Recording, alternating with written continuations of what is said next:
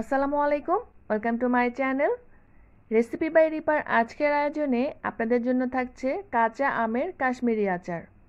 তেল ছাড়া মাত্র কয়েকটা উপকরণ দিয়ে খুব সহজেই কিন্তু এই আচারটি তৈরি করে নেওয়া যায়। আর আচারটি তৈরি করে বছর জুড়ে কিভাবে সংরক্ষণ করতে পারবেন সেই পদ্ধতিও আজকে আপনাদের সাথে শেয়ার করব। তবে চলুন চলে যাই মূল রেসিপিতে। কাশ্মীরি আচার তৈরির জন্য 1 কেজি কাঁচা আম উপরের স্কিনটা ছিলে আমি এভাবে কেটে নিয়েছি। আর স্কিনটা এমনভাবে ছিলতে হবে যেন একটু সবুজ অংশ থাকে। এই আচার তৈরির জন্য অবশ্যই আটিযুক্ত আম নিতে হবে। ভিতরের আটিটা শক্ত হয়েছে ঠিক এমন আম লাগবে এই আচার তৈরির জন্য, নাহলে কিন্তু আচারটা ভালো হবে না। আর আমগুলোকে আমি এরকম ডুমো ডুমো করে কেটে নিয়েছি। আপনারা চাইলে লম্বা করেও কেটে নিতে পারেন নিজেদের পছন্দ মতো। এরপরে পর্যাপ্ত পরিমাণ পানি দিয়ে 1 চা চামচ লবণ দিয়ে দিলাম। এরপরে আমগুলোকে আমি 3 থেকে 4 ঘন্টার জন্য এভাবে ভিজিয়ে রাখবো। এতে করে আমের যে একটা কষ আছে সেটা বের হয়ে যাবে, সেই সাথে আচার তৈরির পরে আমগুলো ভেঙে যাবে না। ফিরে এসেছি প্রায় 4 ঘন্টা পরে।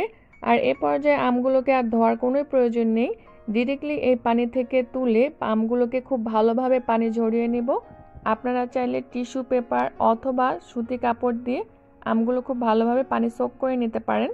এখানে আমি 8 থেকে 10টা শুকনো মরিচ নিয়েছি। ঝালটা আপনারা নিজেদের পছন্দ মতো নিয়ে নিতে পারেন। শুকনো মরিচের ভিতরে যে বীজের অংশটা আছে সেটা খুলে শুকনো মরিচগুলোকে আমি একটি কাঁচির সাহায্যে এভাবে চিকন চিকন করে কেটে নিব।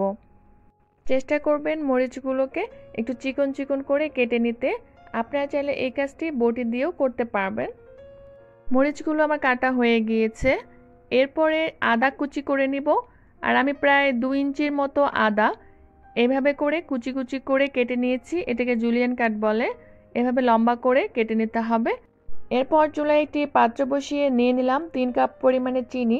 যেহেতু আমি 1 কেজি পরিমাণে আম নিয়েছি আর আমের ভিতরের আটি আর উপরের স্কিনটা খোলার পরে কিছুটা কমে গিয়েছে, তাই আমি 1 কেজির থেকে একটু কম চিনি নিলাম।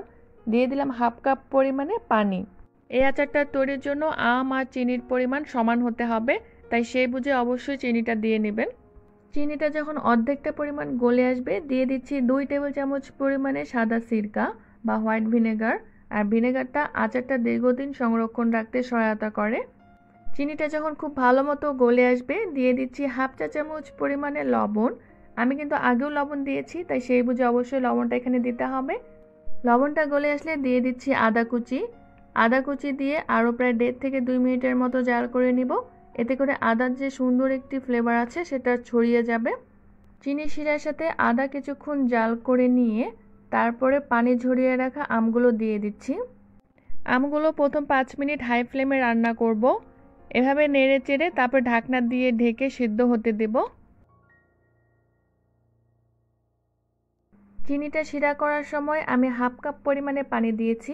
এর বেশি পানি দেওয়ার কোনো প্রয়োজন নেই, কারণ আম থেকেও কিন্তু যথেষ্ট পরিমাণে পানি বের হবে।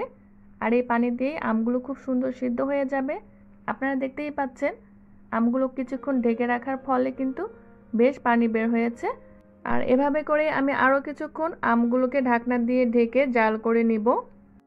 প্রায় 5 থেকে 6 মিনিটের মতো ঢাকনা দিয়ে আমগুলোকে আমি জাল করে নিয়েছি। আর দেখতেই পাচ্ছেন আমগুলো সিদ্ধ হওয়া শুরু করেছে। এ পর্যায়ে কেটে রাখা মরিচগুলোকে দিয়ে দিচ্ছি। এতে করে মরিচের যে একটা ফ্লেভার আছে সেটা সুন্দর করে আমের ভিতরে ঢুকতে পারবে। আর আমগুলোকে নাড়ার সময় খুব জোরে নাড়া দিতে যাবেন না, আলতো করে একটু নেড়ে দিতে হবে, না হলে কিন্তু আমগুলো ভেঙে যেতে পারে। আচারটিকে এখন আমি ঢাকনা ছাড়াই মিডিয়াম হিটে জাল করে নিব। এতে করে পানিটা খুব দ্রুত শুকিয়ে আসবে। আর অবশ্যই মাঝে মাঝে হালকা করে একটু নেড়ে দিতে হবে যেন তলানিতে লেগে না যায়। এই পর্যায়ে দেখতে পাচ্ছেন আমগুলো স্বচ্ছ হয়ে গিয়েছে। আর আমি একটু চেক করে নেব যে আমগুলো সিদ্ধ হয়েছে কিনা। আমগুলো কিন্তু আমার একদম পারফেক্টভাবে সিদ্ধ হয়েছে। আমগুলো সিদ্ধ হয়ে গেলে ভিতরে সাদা ভাবটা আর থাকবে না, ঠিক এরকম স্বচ্ছ দেখা যাবে। ঠিক এই পর্যায়ে বুঝতে হবে যে আমগুলো পুরোপুরি সিদ্ধ হয়ে গিয়েছে। আরও প্রায় 2 মিনিটের মতো জাল করে নেব। আর অপেক্ষা করব শিরাটা আরও একটু টেনে যাওয়া পর্যন্ত। তবে শিরাটা খুব বেশি শুকিয়ে ফেলা যাবে না।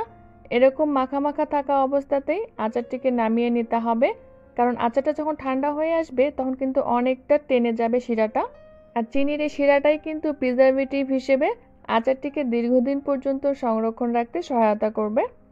আচারটিকে ঠান্ডা করে একটি কাচের বয়ম খুব ভালো মতো পরিষ্কার করে রোদে শুকিয়ে আচারটিকে ভরে ফ্রিজের নর্মাল চেম্বারে রেখে দিলে 1 বছর পর্যন্ত ভালো থাকবে। আর যদি ফ্রিজের বাইরে রাখেন সেক্ষেত্রে মাঝে মাঝে একটু রোদে দিতে হবে, সেক্ষেত্রে 6 মাস পর্যন্ত ভালো থাকতে পারে। আর এই আচারটা বানানোর প্রায় 2 সপ্তাহ পরে এর আসল স্বাদটা পাওয়া যায়।